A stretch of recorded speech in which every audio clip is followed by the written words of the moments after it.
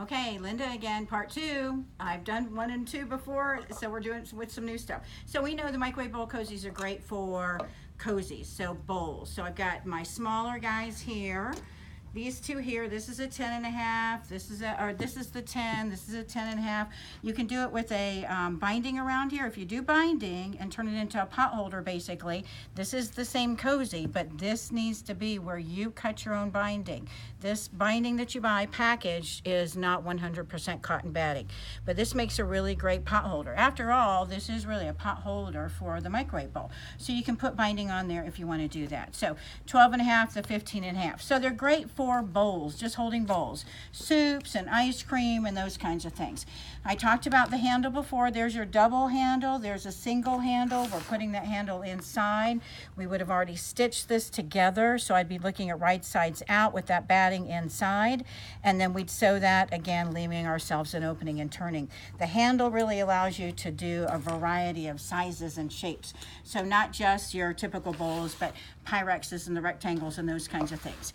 Okay, so plates, that's to me one of the really great uses of the template, because too many nights we're sitting in front of TV with plates on our laps. So this little guy here, this is a perfect size for kids and for anybody that's on a diet, or if you just like to have smaller plates. So that guy there, this one you can see, that's my standard 10.5 inch. This guy here is a 12.5 inch, but what I want you to notice is that I used a towel, literally a towel, a cotton terry towel.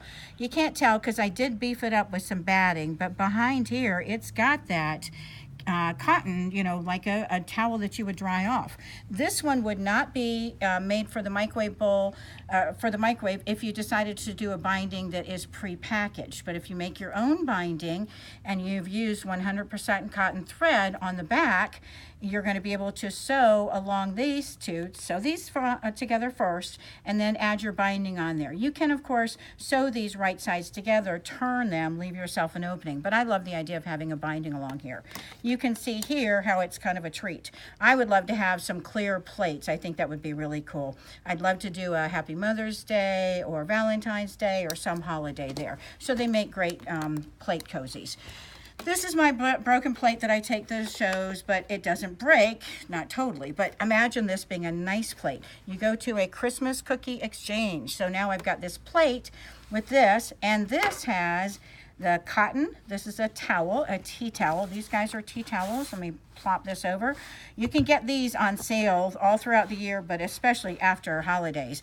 And if you do the batting, and again, 100% cotton batting or binding, 100% cotton batting for your fabric, and then your binding for this, then this can go in the microwave. But guess what? This and this, they don't fit in my microwave. So what I'd really rather recommend that you do is make this into a trivet. Trivets are great in whatever size you want to do. If you're going to do trivets and you're not putting these in the microwave and you want them just to be heat protecting your table, then this is what I love. This iron quick stuff, not microwave safe, definitely, but this stuff on the bottom. So imagine that I've done this, and again, you can fussy cut this wherever it is that you want to have this highlighted, and then cut yourself out one of these, put a binding around it, and then that becomes a party tray. If you put the party mix in the center, then even more of it is like a party tray, but it can be a trivet, it can be a tray. So I think those are really great to do as well.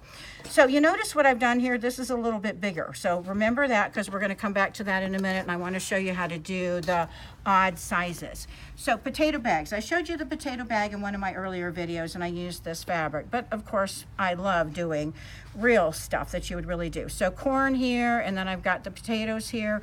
You notice I've left myself an opening. This has to be 100% cotton thread. So if you're going to use your serger, wind up those bobbins with 4 bobbins. If you have a 4-needle serger, or you decide to do 4 needles, and then wind them up with 100% cotton, because we definitely don't want that to go in the microwave unless it's 100% cotton. Once you've turned this, you'll close that, and then you'll stitch these together. Basically, we're going to be top stitching. You can see what I've done here. And when we top stitch, where's my opening? There's my opening.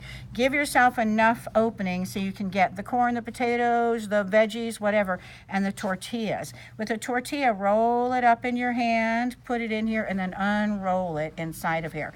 what I've been told by people that love tortillas, I can't eat them anymore, but once they're in there, they're gonna stay warm. They don't get all crispy and crunchy, and that's not how we wanna do tortillas. So it makes a great tortilla bag. This is the 10-inch, I think, or maybe 10.5, and this is a 12.5-inch. I think the 12.5-inch, you can definitely do more veggies and then bigger pieces of corn. So those guys are great for that too. Now, not potatoes, paper towels. A lot of people tell me, oh, I make those paper towels, I put them on a roll. Terrific. Then you can do it like this. Notice what I've done here is I've used one of the towels that you get at one of the dollar stores, and this stuff grabs everything. That means it's going to grab dust and lint and food and whatever, grime. Put one kind of fabric here and one kind of fabric here. Make this the kind that really grabs and gets the dust, and make this a good scrubby. And then just serge these. This is the 12.5-inch, and you can whip these out fast. I'm not putting darts on any of these, so I don't need to. There's barely a dart here, but because it is for a plate, you can see I've got a little bit of a dart here. You can see there's a dart there, there's a dart here. And by the way, pressing makes a huge world of difference for these. Because it's 100% cotton batting, it doesn't hold its shape. So before you give these away, give them a really good press. No starch. You can't use starch in the microwave. So they make really great paper towels. This and that they both can go in between pots and pans. So pots and pan separators. So if you're giving somebody a really nice wedding gift and you want to, take the pots out of the box, put one of these in between each of the pots and pans. So they're great for protecting those things. And instead of your plates stacked on top of each other, you can put these in between the plates too. So you can do the smaller sizes if you want to. Okay, here's one of the bigger ones, and you can see this is a little bit longer. This one's a little bit wider. Yeah, just a little bit wider. So I want to show you how to do that in just a second. What do we do with this one?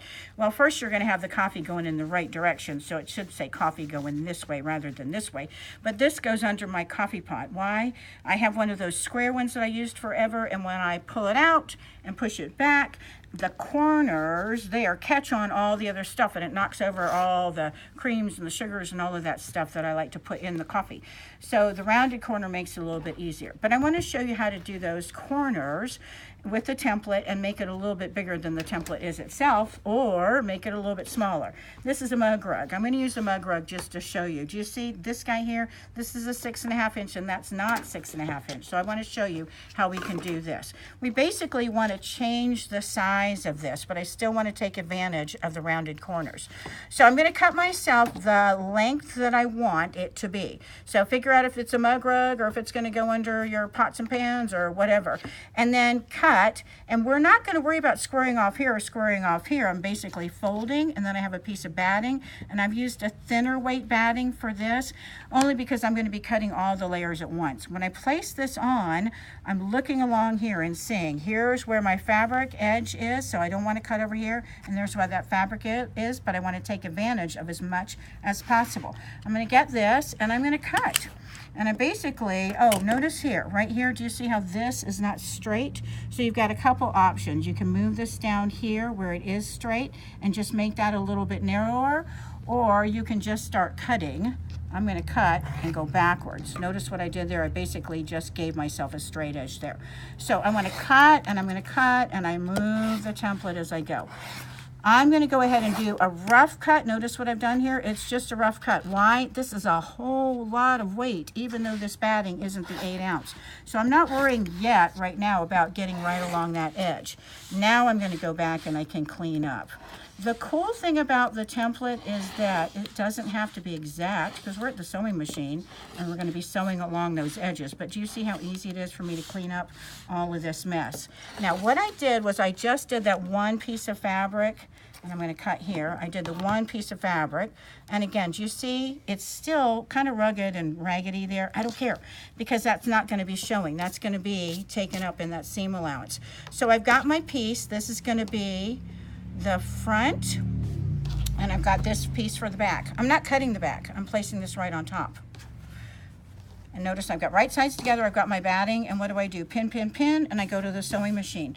I could even go ahead and cut just the one layer, fold this in half, and have this fabric and then put a big piece of batting on the back and use this as my stitch line. So you figure out what it is you want to do. To me, this is a cheater technique.